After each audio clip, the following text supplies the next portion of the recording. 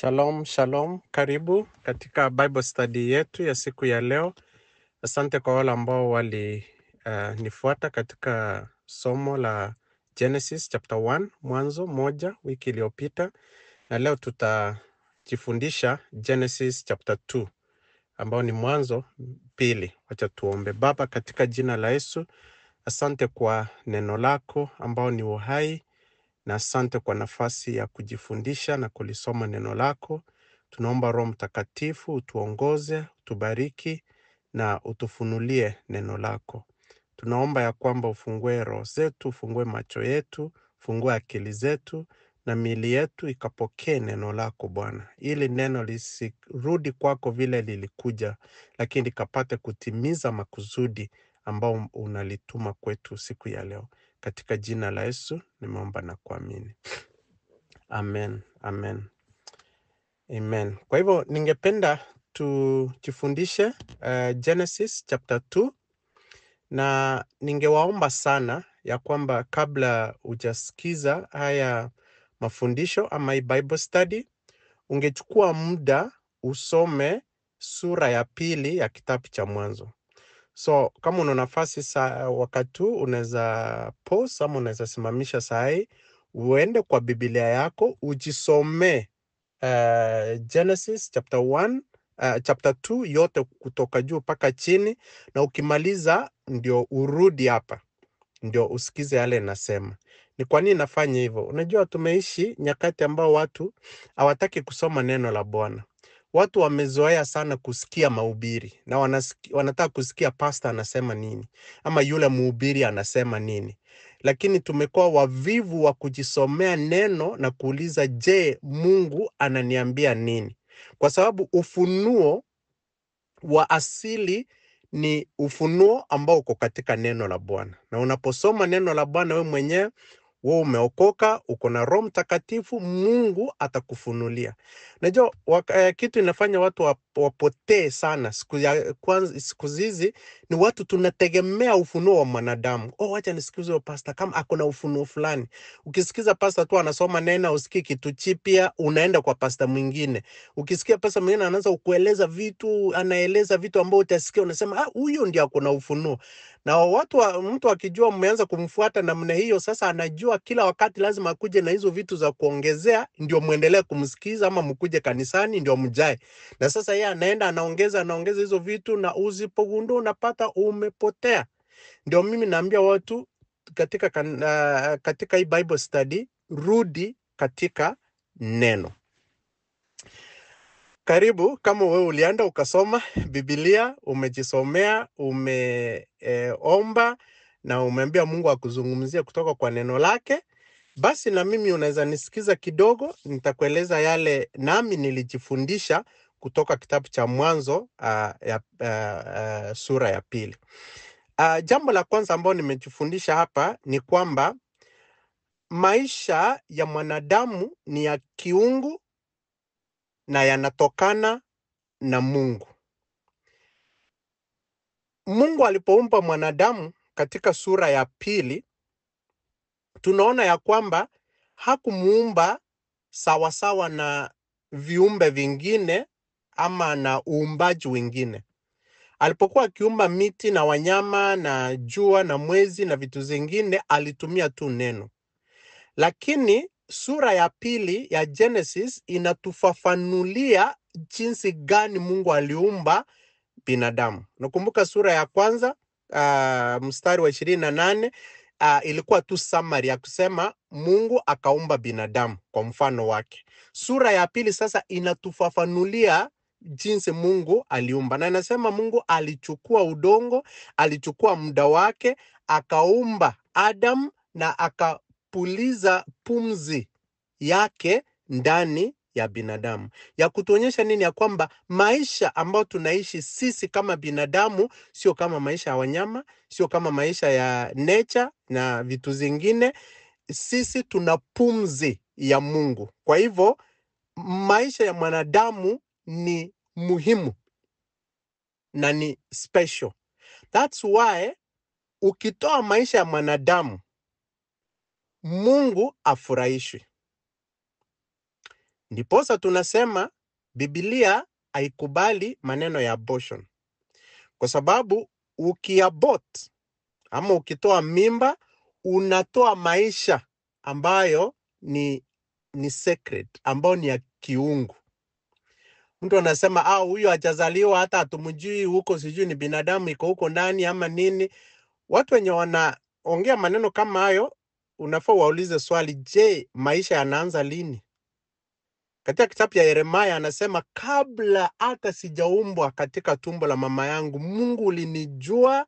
Kwa sababu Mungu ndiye alisema, alikuwa anaambia Yeremia, nilikujua, kusoma Yeremia 1:5, na nikakutenga kwa ile kazi ambayo nilikuwa nataka ufanye. Inasema kabla hata sijakuweka kwa tumbo ya mama yako, nilikuwa nakujua. Kwa hivyo maisha ya mwanadamu hata hayaanzi ndani ya tumbo ya mama, yanaanza na Mungu, kwa sababu Mungu ndiye anafikiria, yeye ndiye anaumba, alafu anatumia binadamu kuumba na kuleta watoto.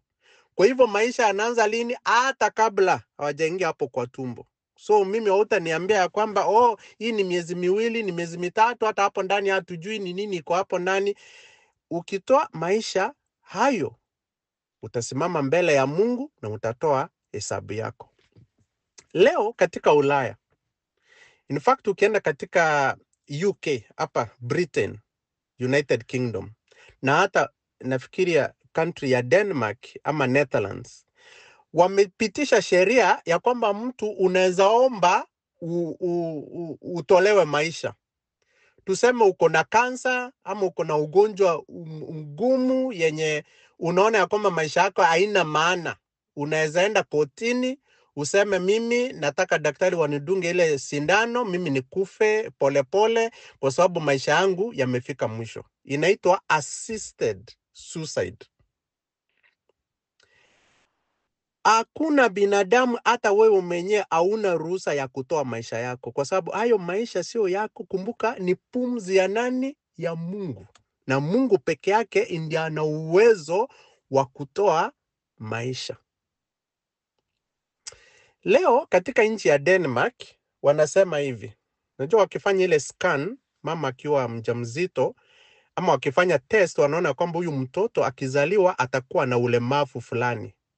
Siku hizi wanaambia watu ya kwamba huyu mtoto badala azaliwe akuwe na ulemavu na atakuwa mlemavu siku zote za maisha yake, afadhali tutoe. Ndio ukienda hiyo nchi ya Denmark na I think Sweden wameanza kufanya hivyo, unapata kwamba hakuna watoto wanazaliwa na ulemavu. Inaitwa Down syndrome kwa wale wa Kiingereza. Kwa sababu wanataka watoto perfect. Kwa hivyo daktari akwambia huyu atakuwa labda na ulemavu fulani, watu wanatoa. Yani people have cheapened life. Kitabu cha Mwanzo sura ya 2 inatuambia ya kwamba maisha ya binadamu ni sacred, na ni Mungu peke yake akona uwezo wa kupeana maisha na ya kutoa maisha. Sisi hatuna uwezo wowote. Ndio jambo la kwanza tunajifundisha. Kwa hivyo katika mstari wa 7 Biblia inasema Genesis 2 ya kwamba Mungu akatoa pumzi yake akaweka ndani ya ule udongo alikuwa ametengeneza, na he became a living being, akakuwa mtu ambaye ako na uhai. Jambo la pili ningependa tujifundisha hapa ni kwamba kazi ya mikono yetu is a divine calling. Work is God's idea and is a divine calling. Work is not a curse. Kazi ni mwito na ni kitu kizuri, na ni Mungu alianzisha kazi. Ukisoma mstari wa 15 hiyo Genesis chapter 2 inasema kwamba Mungu alipoumba Adam akamleta akamweka katika ile bustani ya Eden so that he can work on it. Akampatia kazi ya kutunza bustani la Eden. Next wakati mwingine tukikuja kujifundisha chapter 3 ndio tutaona Mungu anaambia Adam ya kwamba kwa sababu mmefanya dhambi na mmeanguka, Adam utakula jasho na kazi itakuwa ngumu kwako. Lakini katika chapter 2 ndio tunaona kazi ndio inaanza. Kwa hivyo before the fall, kazi ilikuwa ni mpango wa Mungu. Kuna watu wanasema, oh, work is a curse. Mimi nikibarikiwa nitakuwa nina kazi, sifanyi kazi, niko na pesa, hiyo ndio inaitwa baraka. The effects of the fall made work difficult and painful. But work in itself is not a curse. Work is a blessing from the Lord. Na ndiposa tunasema ile kazi yoyote ambayo unaifanya, your attitude inafaa ikuwe ya kwamba Mungu, nipe furaha, nipe nguvu na nifurahie kazi ya mikono yangu. Ndiposa Biblia inasema in the book of Deuteronomy ya kwamba Mungu atabariki kazi ya mikono yako. Kwa hivyo kuna watu kuna attitude juu ya kazi, wanasema kazi ni laana. La, kazi sio laana. Na hiyo tunasoma katika verse 15.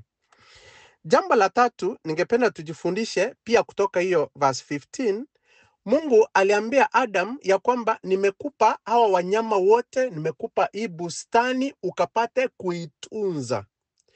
Number 3 is that we are stewards of this earth and of everything that God has given us.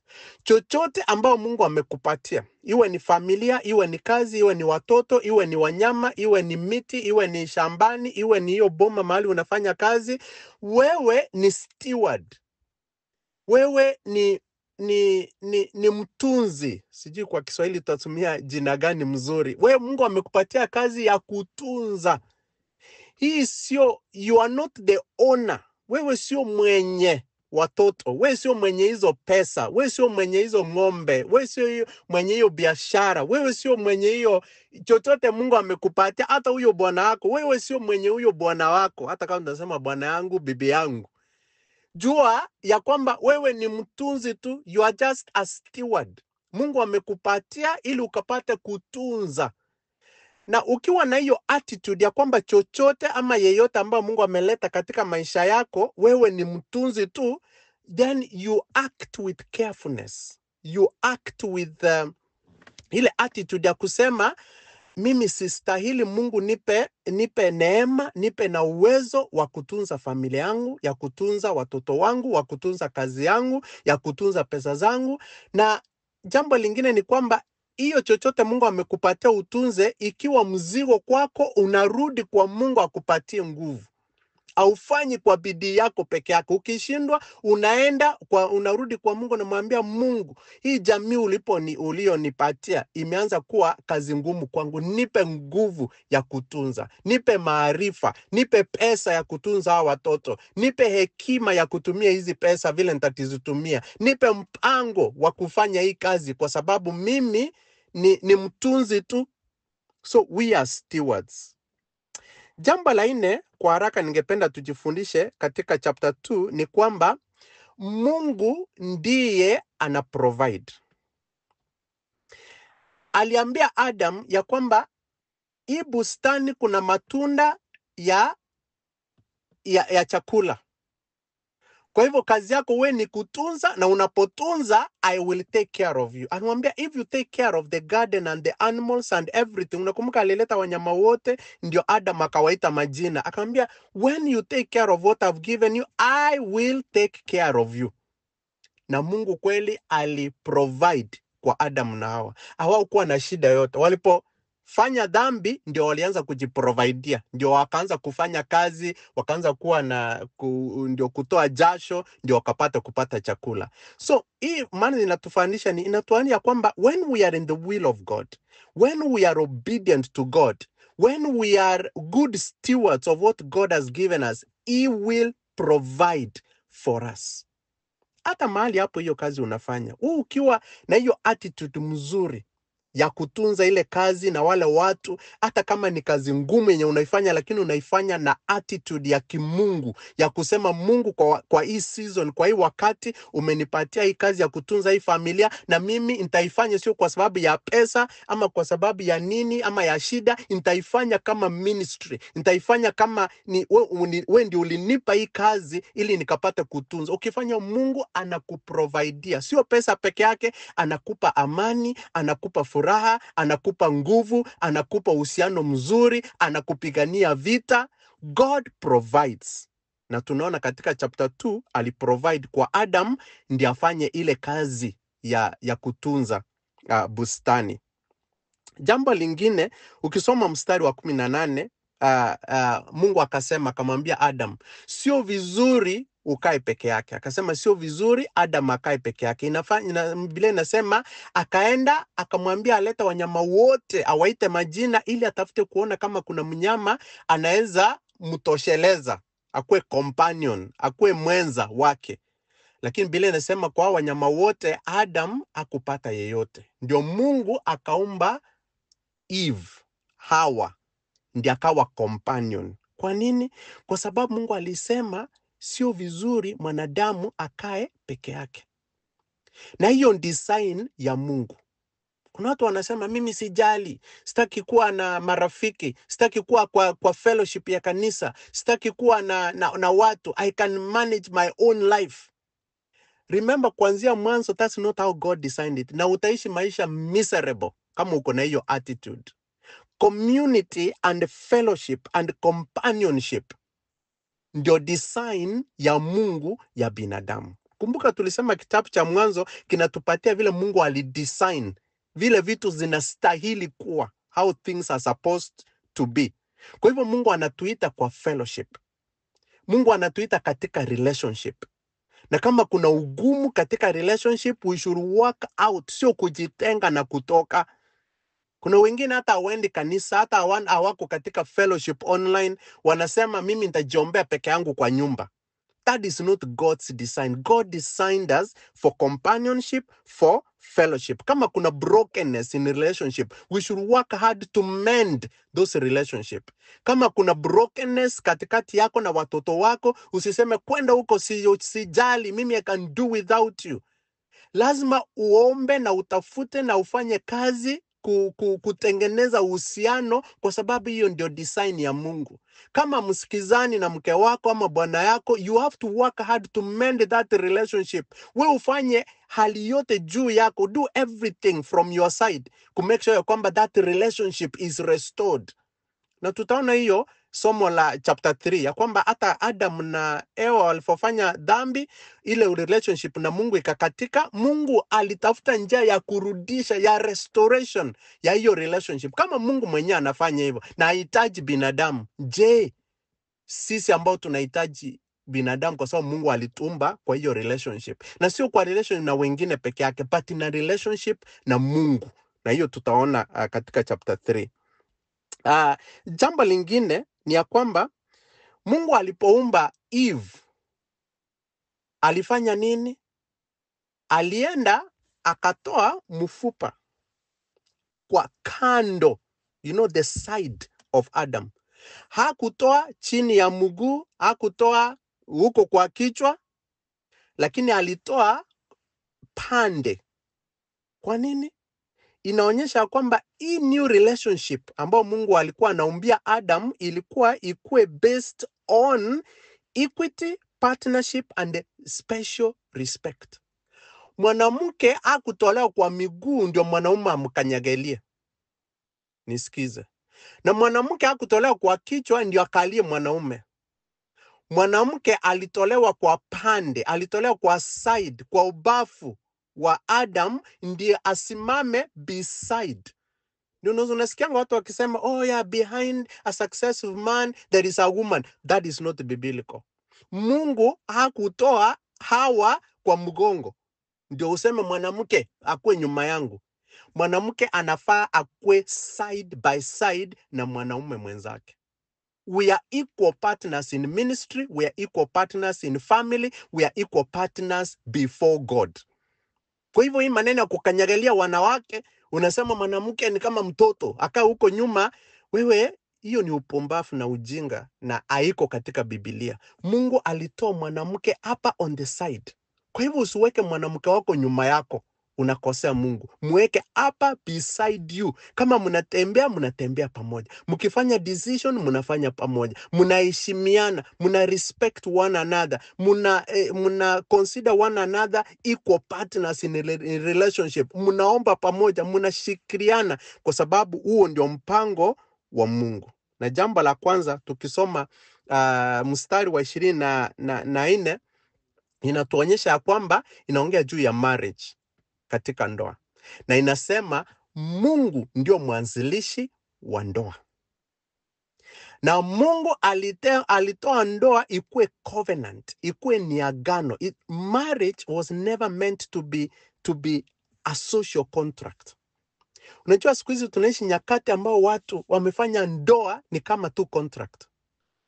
Mtu ukijisikia umeboeka, unatoka. Hata vile watu wanaingia katika marriage, wanaingia tu kihorera. Hakuna seriousness. Yani siku hizi kuna more seriousness mtu akinunua shamba more than akiingia katika marriage. We have made marriage relationship so casual. Nasikia mtu akisema mimi niliolekanga. Hata hakuna mtu anajua marriage lazima ikue mbele za Mungu. Ndiposa tunasema harusi ndio mpango wa Bwana.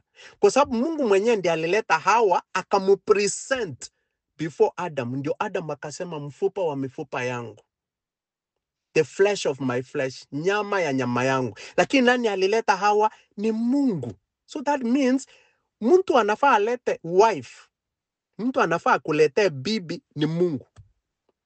So wewe unaenda unatafuta na macho yako, unatafuta unasema nimejipatia bibi, mimi ndio nilichagua. You should pray and depend on God to bring the right person, the wife to you. Na Mungu akimuleta, inafaa kwa ile marriage lazima uuzishe Mungu. That's why tunafanya marriage zetu kanisani.